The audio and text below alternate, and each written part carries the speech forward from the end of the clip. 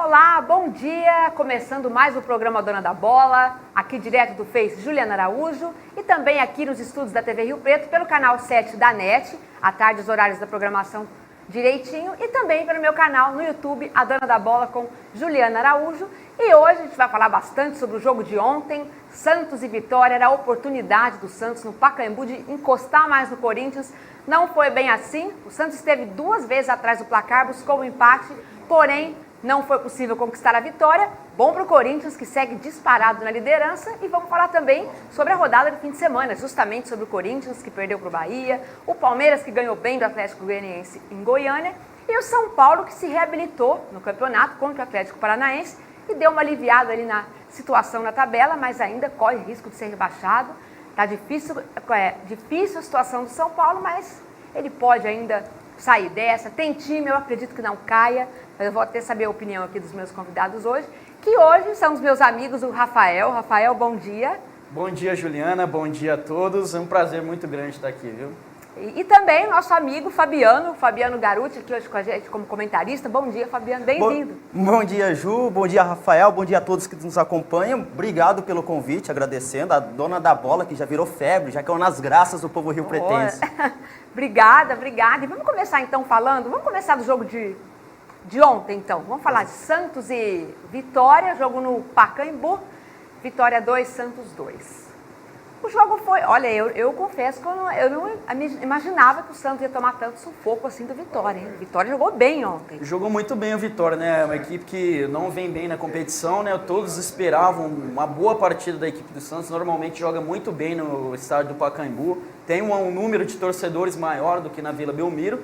Só que pelo que a gente pôde perceber ali, parece que a questão do Corinthians ter perdido e o Santos poder se aproximar, acho que afetou um pouco os jogadores, não sei o porquê. Toda vez que o Santos precisa vencer para se aproximar do Corinthians, no caso, que a equipe acaba não vencendo, não sei o que acontece, né? Parece que o Santos está entregando de bandeja o título para o Corinthians, não vai, leva, né? Parece que está tudo favorecendo o Corinthians, favorece, né? Porque o Corinthians, o Corinthians no primeiro turno foi muito bem, não tenho o que questionar, mas no segundo turno tem uma das piores campanhas, se você for analisar o segundo turno em si.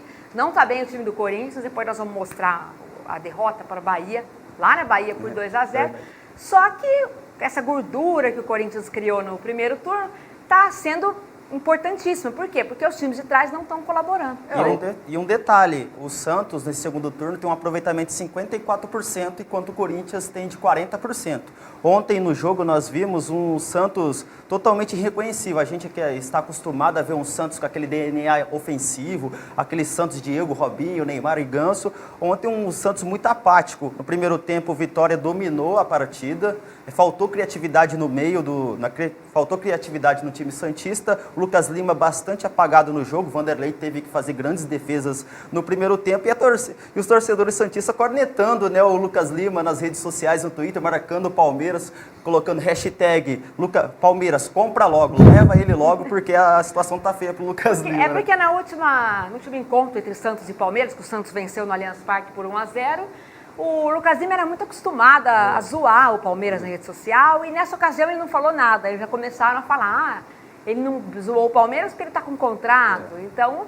Ele não vem jogando bem há algum tempo já, né, pelo Santos. O Lucas Lima tem tido alguns lampejos, de vez em quando, mas realmente não vem jogando bem. O Santos, ultimamente, né, eu até acredito que naquele jogo com o Palmeiras até foi um resultado, acho que é atípico por conta do estado do gramado, não favoreceu nenhuma das até duas enganoso equipes. Pelas oportunidades que o Palmeiras teve no jogo. E assim, o que a gente pode perceber é o seguinte, o Santos e o Grêmio, né, que estava na cola do Corinthians, estão perdendo a oportunidade de aproximar do Corinthians. O Corinthians vem mantendo essa gordura porque as duas equipes que estão mais próximas, literalmente, do Corinthians não estão tendo a competência, né, de poder vencer e se aproximar do Corinthians. E o Grêmio ainda tem a desculpa que está na Libertadores, né, focado. Agora o Santos não tem mais nada a perder e com tudo no Brasileirão. E quinta teremos Grêmio e Corinthians lá na Arena. Se o Santos ganhasse o jogo ontem, ficava 7 pontos. E se o Grêmio ganha do Corinthians quinta-feira, o Santos poderia chegar, fazendo o dever de casa, poderia ficar 4 pontos do líder Corinthians. Mais uma vez, o o Santos deixou a desejar. Quer dizer, ainda é possível superar o Corinthians, mas tá difícil, porque os times tropeçam demais. Assim, o Corinthians está ajudando o pessoal a chegar, só que é aquele famoso, né? Você tem que me ajudar a te ajudar. Por favor, Corinthians, seja campeão logo. Não tá acontecendo. O Santos e nem o Grêmio estão ajudando. Agora, eu não sei se vocês concordam comigo, eu acho, claro, que o Pacaembu é maior, dá muito mais renda para o Santos, mas eu acho que a força do Santos está na Vila Belmiro. Eu acho que o Santos tinha que apostar na sua casa, na Vila, no seu caldeirão, né? Eu acho que, não sei, me parece que a Vila Belmiro dá mais força pro time santista, é mais a cara do Santos, vocês não concordam? Aquela questão do alçapão, né? A torcida mais próxima, Exatamente. A torcida perto, né? A pressão do torcedor, os jogadores também já estão acostumados a jogar. Eu acredito que é mais questão de renda, né? De dinheiro, que o pessoal do Santos levou o jogo ali pro Pacaembu, no caso. Mas eu concordo também, acho que a casa do Santos é na Vila Belmiro, é a cidade de Santos, é ali onde os seus principais, os seus torcedores mesmo, né, que estão ali na cidade, que acompanham o dia a dia do clube 100%, ali estão ali, acredito que tem que ser lá. Apesar de ter menos torcida, parece que a torcida lá se inflama mais, apoia mais. Eu acho assim, numa final de campeonato, por exemplo, como foi a Libertadores em 2011, sim. Aí tudo bem, eu não ligo de levar para lá, que aí tem que levar um maior público mesmo. Mas agora a questão ali, precisando, o Santos é muito, assim, um time que joga muito bem na Vila, né? Normalmente joga muito bem, então acho também que teria que ser na Vila. E Fabiano, contigo. Tem torcedor que está muito chateado, reclamando demais do Levir, achando que o Levir retranca demais o time, porque tiraram o Dorival Júnior, mas eu não sei, me parece que com o Dorival o time do Santos jogava mais para frente, tinha mais velocidade. O Levir parece que o time está mais lento, vocês também acham isso? Também acho, principalmente na criatividade do time, né? Parece que o Ricardo Oliveira está distante dos meias armadores do time do Santos, e o Santos está irreconhecível, como eu falei no início do programa. Aquele DNA ofensivo do time santista a gente não está vendo nesse Campeonato Brasileiro. E o Santos precisa de vitórias para brigar com o Corinthians pelo título, mas isso não está acontecendo. O Santos está o rei do empate, né, Feta? Rei de empatando muitos jogos, principalmente dentro de casa. Eu acho que isso é mais um estilo do Levir mesmo, né? Eu acho que todas as equipes que o Levir assumiu, você pode até perceber, Atlético Mineiro na época, realmente o Levir, ele não tem essa questão de levar muito o time para frente. Ele nunca foi de botar o time para frente, sempre ali, né, jogando na retranca, povoando meio de campo. O que está irritando o torcedor é que ele sempre pede desculpas, mas o torcedor do Santos porque não quer ouvir desculpa, quer ver o time progredir. Eu acho que o Levir não dura até o final do campeonato. Eu posso estar errado, mas eu acredito que ele não dura até o final do campeonato. Tá complicada, o Santos aí perdeu uma grande chance, quase, o Vitória, também tem que, não podemos desmerecer o Vitória, né? Fora de casa, jogou muito bem o Vitória, que assim como o São Paulo, tenta se livrar do rebaixamento, tenta se afastar cada vez mais do Z4, não se afastou tanto, mas fora de casa contra o Santos acabou sendo um excelente resultado para o Vitória, né? Bom, agora a gente vai para um rápido intervalo e na volta a gente vai falar assim do Corinthians, que aconteceu, não vamos ter intervalo? Bom, não vamos ter intervalo, então vamos direto então. Vamos falar então do Corinthians. Corinthians e Bahia então, intervalo depois. Corinthians e Bahia, 2-0 para o Bahia, vamos ver como é que foi. Olha, Ju, foi um jogo que o Bahia realmente jogou muito bem, né? A equipe do Bahia, né, há algum tempo já que eu não via o time jogar tão bem como jogou, fez uma partida, né, redondinha ali, funcionando, todos os setores ali da equipe funcionando muito bem, sistema defensivo, meio de campo. O Corinthians me pareceu um pouco perdido nessa partida, né? Eu acho que, não sei o que aconteceu, você puder ver aí os detalhes da partida nos melhores momentos, o Corinthians me pareceu um pouco perdido, parece que o time não sabia o que fazer, mas eu acho que foi um belo jogo da equipe do Bahia, foi uma partida muito bacana. O Corinthians, assim, tem feito bons jogos, só que tem, como pode dizer, ele tem alternado bons jogos não tão bons assim, quando joga em casa, joga muito bem, pressiona o adversário, mas nessa partida eu acredito que o Bahia mereceu e muito esse resultado, mereceu e muito a vitória, até por conta do Corinthians não ter jogado bem, não ter demonstrado o porquê que é o líder do campeonato. E vale destacar também o rendimento dos jogadores do Corinthians, caíram muito, principalmente do Rodriguinho, Jadson, o Romero, que está sendo bastante criticado pelos torcedores corintianos, o Cleison, que toda vez entra na partida, sempre faz um gol, sempre entra bem, e o Carille poderia rever isso, né? Colocar o Cleison, dar uma oportunidade oportunidade pro cara que já fez gol em clássico, vem fazendo gols. Técnico ele é muito teimoso, né? Quando ele vê que o jogador sai do banco e dá certo, ele passa a ser espécie de um xodó. O que deve ser o pensamento do treinador? Se ele começar jogando, não vai ser a mesma coisa dele entrar e surpreender o adversário. Como é o caso que a gente viu, daqui a pouco a gente vai ver o jogo do Palmeiras, o Cuca insistia no Davidson, a torcida reclamando. Jorguetes. O Valentim tirou o Davidson, colocou o Keno, resultado. Ele foi o destaque da partida. O Keno deu 3 assistências, né? E vale destacar que a função taticamente do Romero é muito melhor que o Cleison, né? O Cleison não é aquele jogador que volta para marcar. E o Romero, às vezes, ele deixa de atacar para fazer a função do quinto homem, né? De marcação ali, o quinto homem do meio de campo. O problema do Romero é o seguinte, né? Quando o time está jogando bem, o Corinthians está jogando bem, está vencendo, o Romero ele volta para marcar, o Romero tem raça e aquilo. Quando o Corinthians não está vencendo, não está fazendo gol, aí a torcida começa a pegar no pé. O Romero é atacante, ele não tem que marcar, ele tem que fazer gol. Então o Romero é meio que um termômetro da equipe do Corinthians. Se o Corinthians está jogando bem, ele é elogiado, porque volta para marcar, porque dá o sangue, dá carrinho, mas quando o Corinthians não ganha, aí o Romero não faz gol. O torcedor é bem complicado, né? É meio que de lua, a gente pode dizer. E a gente teve um lance aí nesse jogo, né? O segundo gol do Bahia, que o Cássio foi para a área, faltava menos de um minuto, eu não acho que ele estava errado de ir para a área. O time precisava do empate, faltava 1 minuto de jogo, ele arriscou. Porém, o Marquinhos Gabriel acabou errando um passe que era até fácil. E aí, no contra-ataque, uma avenida, o Regis encontrou pela frente e acabou fazendo o segundo gol do Bahia. Alguns culparam o Cássio, outros culparam o Marquinhos Gabriel. Para vocês, quem tem mais culpa, digamos assim? Eu acho o Cássio que se arriscou na área ou o Marquinhos Gabriel que errou aquele passe? Eu acho que o Marquinhos Gabriel, né? Porque é normal o goleiro ir pro ataque em final de jogo, o time às vezes precisando do resultado. O Marquinhos Gabriel errou um passe que, né, para um jogador profissional é difícil, né? O jogador errar um passe desse. E a relação também, a gente podia falar também do primeiro gol, né? Falando em erro, erro do Fagner na saída. Né? É mais ou menos o que aconteceu no jogo de São Paulo com o Corinthians. O Júnior Tavares quis fazer a proteção, o jogador do Corinthians foi lá tomar a bola. Esse é um lance para vira a bola, chuta a bola para a linha. Como disse o Fagner, ele mesmo disse, faltou fazer o simples, né? O problema é que às vezes o jogador ele só pensa na coisa certa depois que faz a coisa errada. E o Fagner é o concorrente direto ali com o Danilo do City para conseguir uma vaga na Copa do Mundo, ali na reserva do Daniel Alves. E ele não pode fazer alguns jogos horríveis como ele fez contra o Bahia. Sinceramente, pelo que o Fagner está jogando, eu não consigo ver ele na Copa do Mundo. Não consigo. Caiu bastante de produção. Caiu muito. Agora o segundo gol, né, do Regis.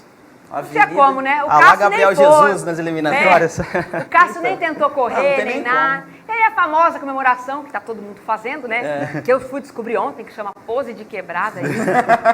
Todo mundo agora fazendo isso. Começou com o Neymar e Jesus. O Moisés fez no Palmeiras. Do Moisés vai ser quem tá fazendo cocô, né? O Moisés ficou não ornou muito bem com o Moisés do Palmeiras. Depois nós veremos aí nas imagens. Vai ver aqui nas imagens. Mas aí comemoração, ó. E essa oscilação do Corinthians, eu acho que é normal. Alguns clubes anteriores que foram campeões do brasileiro, tanto Palmeiras, Cruzeiro, o próprio Corinthians, oscilaram no meio do campeonato. O campeonato é muito longo. O problema do Corinthians é o seguinte, ele teve uma disparada espetacular que ninguém esperava e agora voltou a ser normal.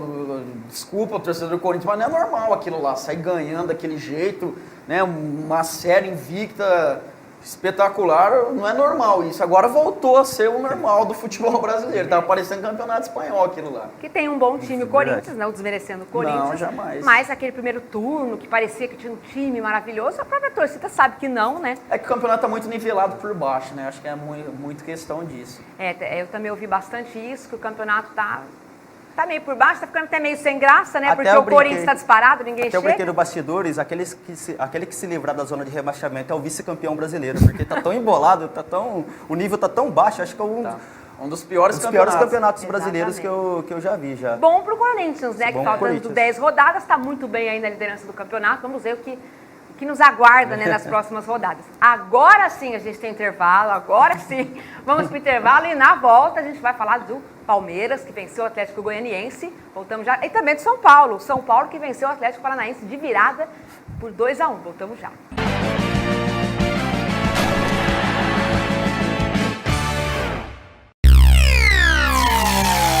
A AmplitudeNet é uma empresa dinâmica e arrojada capaz de oferecer soluções completas e inovadoras nos segmentos de informática, telecomunicações, segurança e tecnologia da informação. AmplitudeNet, o melhor da tecnologia em um só lugar.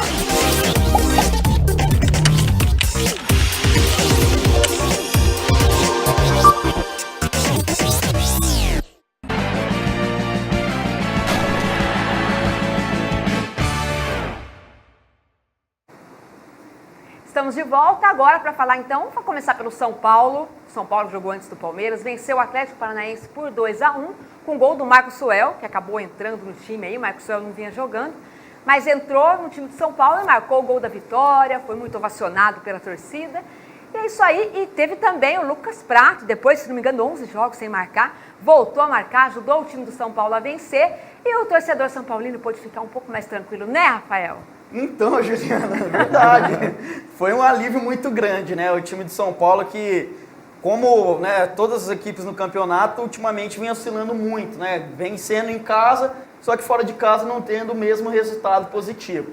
São Paulo demonstrou ali um psicológico muito forte nesse jogo. O time saiu perdendo, né? O Sidão, que, pelo amor de Deus, né? Jogando bem, 2, 3 jogos, salvando o São Paulo, me rebate uma bola daquela fraca, né? Até, já que não tem certeza, né? Que vai segurar, espalma, joga a bola pro lado, evita, né? Qualquer O São Paulo que tá atrás de goleiro, né? Falou-se até no Walter, reserva do Cássio. Falaram-se no Walter, também é o jogador do Cruzeiro, se não me engano, o Rafael também estava sendo sondado, porque, né, querendo ou não, acho que todo torcedor São Paulino tem um consentimento. Se bater os 3 goleiros de São Paulo no liquidificador, não dá um. E depois do Rogério Ceni, o São Paulo não conseguiu acertar um goleiro. É quase igual o Palmeiras quando o Marcos saiu. Né? O Palmeiras teve o Bruno, Deola. Agora que acertou com o Fernando Praz, a torcida ainda critica, mas tem um reserva bom também, tem um reserva bom, que é o Jailson. Então acho que o São Paulo está passando por esse mesmo processo que o Palmeiras passou. A reposição de um ídolo. O Rogério Ceni é o ídolo maior do São Paulo. Inclusive, o mesmo processo que o Palmeiras passou de brigar contra o rebaixamento, o São Paulo deu uma aliviada, escapou um pouquinho da zona, só que está ali, acho que um ponto à frente do primeiro colocado da zona. Está muito embolado. São Paulo está em 13º colocado, mas... se ganha uma, sobe 7 degraus. Perde, cai. E o São Paulo tem que usar o fator casa, né? Como principal arma para fugir dessa zona de rebaixamento. O São Paulo, tanto quando ele joga no Morumbi quanto no Pacaembu, a torcida comparece, a torcida abraçou o time, então o São Paulo tem que usar esse fator casa. Até porque fora de casa ele não tem ganho, né? Então, pelo menos em casa tem que... fazer o dever de casa e, quem sabe, conseguir um empate fora de casa. Eu acho que desses próximos 3 jogos do São Paulo, se o São Paulo fazer 7 pontos, eu acho que ele se livra da zona de rebaixamento, dá uma boa respirada. Eu acho que o São Paulo não está bem, ao mesmo tempo eu acho que não cai, haja visto os concorrentes dele, mas tem que melhorar muita coisa. O que deixa o torcedor um pouco mais aliviado, um pouco mais esperançoso, foi esse poder de reação da equipe contra o Atlético Paranaense, né? O gol do Prato, né? O Cueva voltou a jogar bem, você pode ver o passe que ele dá ali na medida, né? No meio dos jogadores. E o duro é que o Cueva disputa, acho que a repescagem, né? Das eliminatórias, vai desfalcar o São Paulo. Vai desfalcar o São Paulo. O São Paulo está tentando um acordo com a Federação Peruana para que ele possa se apresentar aí dias antes da partida, né?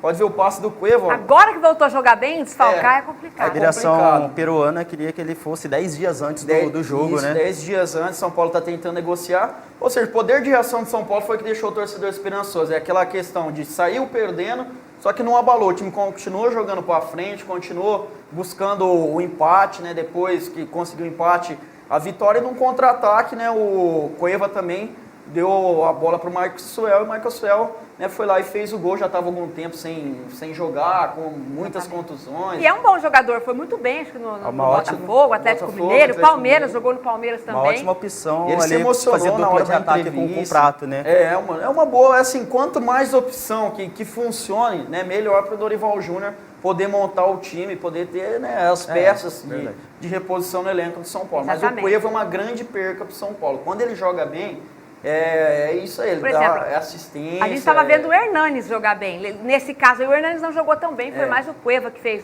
Mas acho que principais jogadas do time. Uma das principais reviravoltas do São Paulo nessa competição foi o Hernanes. O Hernanes e o Petros. Chegou, vale destacar o Petros. Melhor contratação. O Petros chegou a falar que jogaria até machucado para tirar o São Paulo. Chegou, vestiu a camisa, a torcida abraçou ele. O Petros, e vem correspondendo à altura. Ele vem correspondendo, né? Fez gol no Clássico. Ele vem jogando muito bem, né? O Jusilei, que começou, né, até jogando bem, caiu de rendimento, foi pro banco. Mas eu acho assim, o meio de campo funcionando, Hernanes, Cueva, o Petros e agora o Lucas Prato, voltando a confiança de marcar gols, eu acho que o São Paulo tem tudo para sair dessa situação. Sem dúvida, o São Paulo tem jogadores para sair dessa situação, como o Rafael aqui está dizendo, eu também acredito nisso.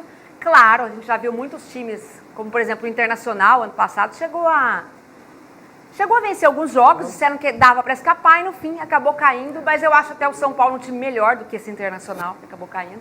Tem jogadores que podem decidir a favor, mas acho que o principal agora, uma vitória para cima do Fluminense seria essencial. E o Fluminense é uma equipe que seria o famoso jogo de 6 pontos, né? O famoso jogo de 6 pontos. São Paulo precisa vencer o Fluminense, conseguindo vencer o Fluminense. Que também que está na próxima zona de rebaixamento. Né? Conseguindo vencer o Fluminense, São Paulo tem tudo, né, para aliviar esse fantasma do rebaixamento. Só que a diretoria, o nosso presidente, preste atenção, porque a diretoria fez tudo para o São Paulo cair esse ano.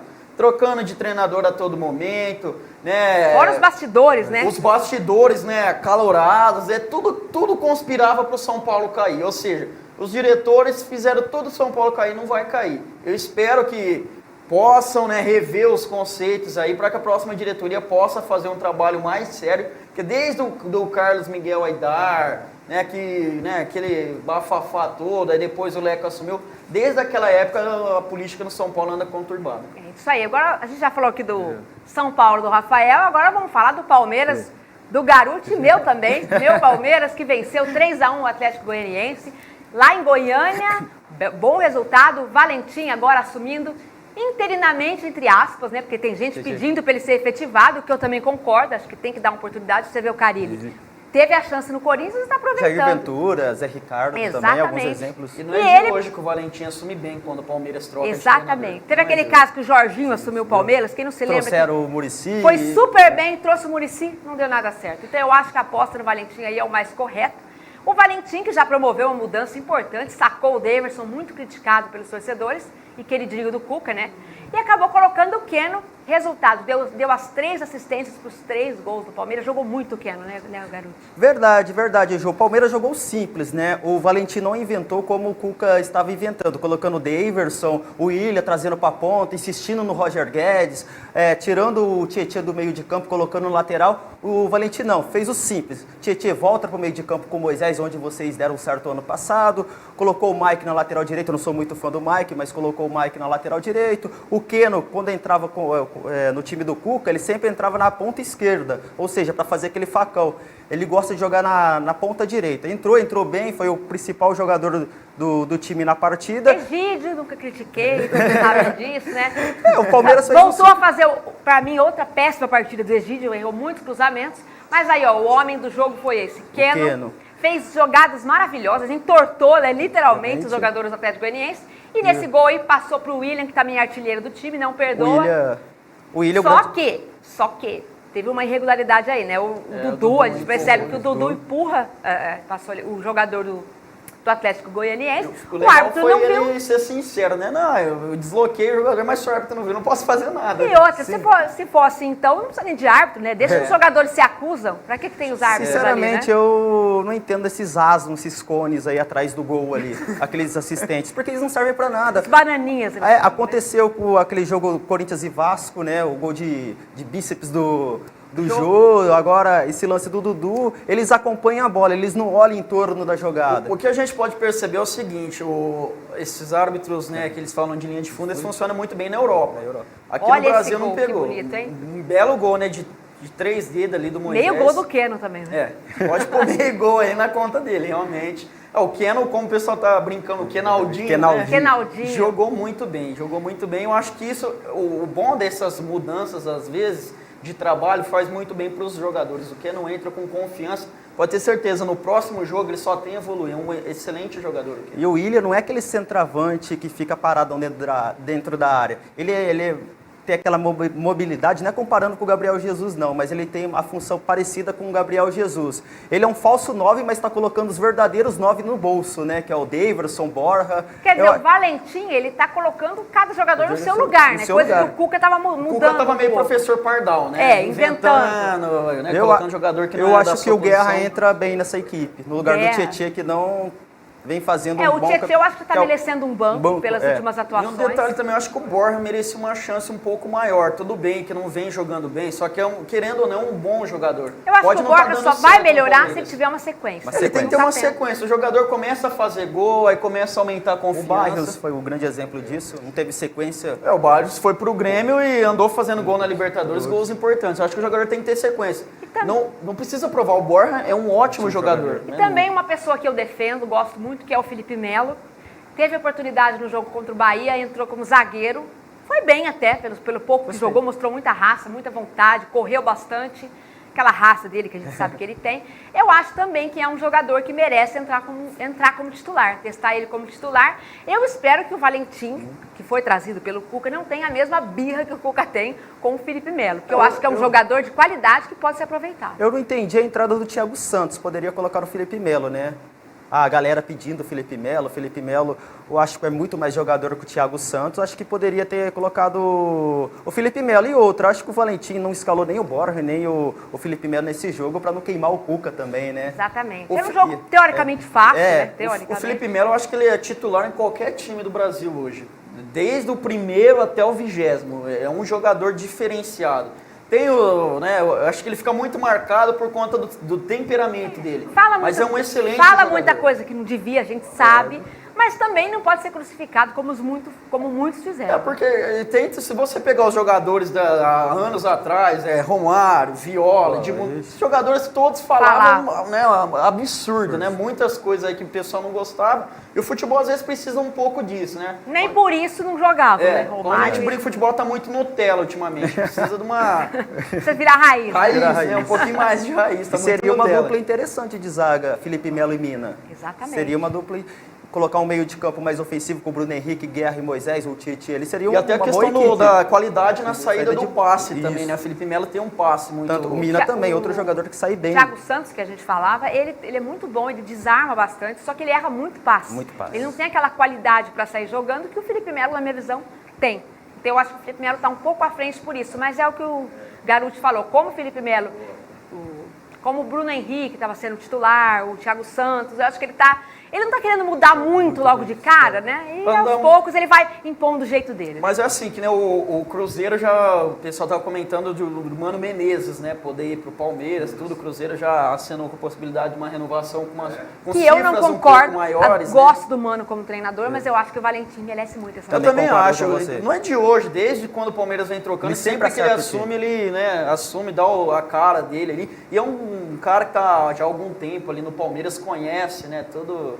Eu observei uma mudança durante o jogo. O time do Cuca apostava muito aquelas ligações diretas, né? Aquele chutão pra frente pro Daverson dar aquela casquinha, escorar pros outros atacantes brigar pela segunda bola. O time do Valentim não. Já teve triangulação, mais posse de bola. Mais seguro em mais campo, seguro, né? Dentro de campo. A questão da ligação direta não funciona faz tempo, né? Eu acho que o time tem que aprender a sair tocando a bola, a jogar, né, compactado. Porque aquele senão... chamado chuveirinho também não está resolvendo mais. Só cruzamento dentro da área, o estilo Muricy, né, o pessoal costumava falar. Jorge Wagner.